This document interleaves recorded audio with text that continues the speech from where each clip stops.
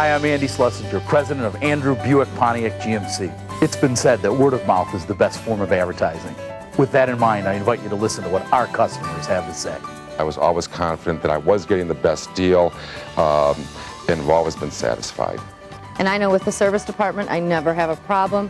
My car's ready on time, and it's always fixed correctly and to my liking. Andrew Buick Pontiac GMC, 15th and Silver Spring, where customer service is not a department, but our passion.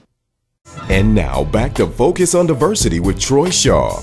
And welcome back to the program. Let's continue our discussion. You know, this is kind of interesting, gentlemen. We're actually now having resolutions about this. The N-word resolution. The New York City Council recently introduced a symbolic resolution calling for New Yorkers to stop using the N-word. Supporters said that Black History Month is a relevant time to call attention to this racial slur. Now, you have to listen to the first statement that was made. A symbolic solution to this thing. And wouldn't you think in today's time that that kind of word wouldn't be used anyway in any particular context? You know, Steve, it's interesting that in today's time, we're even symbolically trying to say that we shouldn't use the N-word. And now New York City Council is trying to make it symbolic as well. What do you think about that? It's a word that I would never use or would allow my children to use. And I cringe every time I hear the word, but as a journalist and a proponent of the First Amendment, I guess I feel a little uneasy about legislating the utterance of any word, whether or not I agree with it. I realize it's only symbolic, but I don't know really what's being accomplished by a symbolic gesture like this. Now, he makes a very good point. As a journalist, as an editor, and you as a journalist, and you as an editor, you know, the First Amendment and the right to say what you want to say when you want to say it should be paramount in your profession.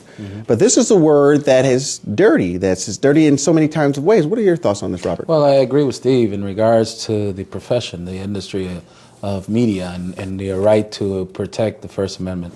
But, you know, in this society, freedom is not absolute, and free speech is not absolute either. I don't agree with the idea of introducing symbolic resolutions just to make aware of a dirty word. I think that if they were very serious about this matter, they would introduce resolutions calling on commercial industry to stop the use of the word, to stop promoting the word within various different musical venues, talk to Hollywood about not using the word in their movies, and move for an overhaul of that word in the various different venues that our children get engaged with, entertainment, in music. To me, what New York is doing is counterproductive. This is the essence of freedom. Being able to say what one wants, regardless of whether or not what one says is completely asinine. This is still, we're talking about the freedom to say what one wants to say. What do you think? You have the freedom of speech, and that is our given right as United States citizens, but that is a hate term.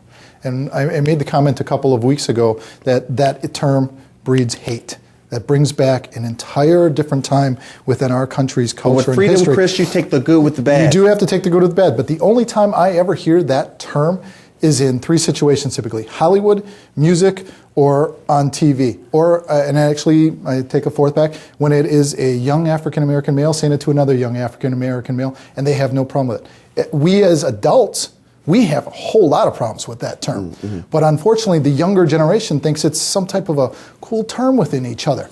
And that's not. It's not a cool term. They don't even understand what that means and what happened with the past. So that's where my problems is. Get it out of the game boxes, get it out of the rap videos, get it out of any music situation that's out there, and get it out of Hollywood. And maybe these young people will stop using the term which is a derogatory slur in regards to any human being that hears that term. Don't like the word, but I don't know whether or not I'm ready to put legislation on what people say. I mean, I want to hear what people I want to hear what people say, because what they say is typically sometimes what they mean, gentlemen. So you want to be able to hear what, if it's a negative connotation, if it's a positive connotation, you want to hear what people have to say. And do you go to the process of then symbolically and or legislating those kinds of words? Rob, you got the last comment on this. It just government at this time getting involved in something like this is not where government should be.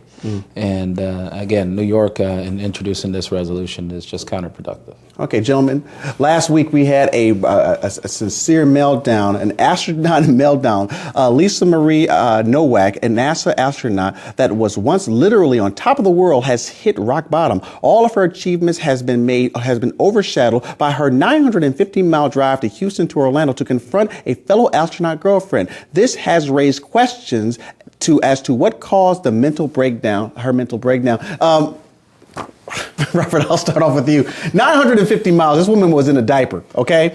And she wanted to talk to some woman down there in Orlando, Florida. What do you think? Well, I think there's going to be some commercial coming out later for them diapers, especially adult kind. For activating defense. I cannot believe the situation. But, humor aside, the seriousness of this is that, the astronaut program is a very, very intense program.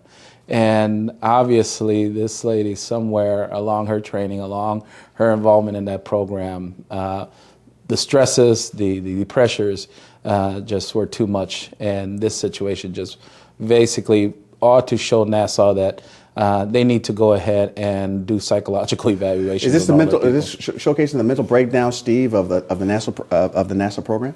The most surprising part of this whole story to me, when you think about it, is that something like this hadn't happened before in a public way.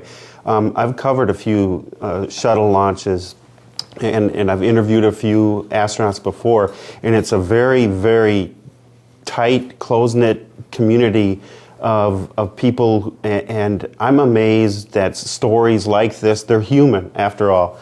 And the most surprising thing to me is that this is so shocking, because nothing like this has ever happened within their ranks before, at least not that we know of. And it wouldn't surprise me that now that this issue has come to the forefront, that journalists start digging a little deeper and you find some other kind of skeletons hidden behind the NASA closet. Okay, Steve, I should say, Chris, I'm giving you the last word on this. You made a comment, they're humans. They're humans. Every type of organization has something that happens to an individual. Did she fall off the wagon? Yes. Is there something with her? They should do psychological testing, within the NASA program. They are some of the most highly educated and skilled individuals with one of the toughest positions. You have to strap that booster on your butt and go up into space. Man, I'd hope they'd test my brain waves to make sure I was sane to do that. Hey, the woman had on a diaper, so hey, look, all I have to say is that something's wrong. And when we come back, we'll continue our discussion. Stay with Focus on Diversity. We'll be right back. Founded in 1905, Badger Meter recently celebrated over 100 years in business. Throughout its history, Badger Meter has been and continues to be a proud employer of a diverse workforce. Badger Meter also supports diversity news and analysis through its sponsorship of the Focus on Diversity program with yours truly, Troy Shaw.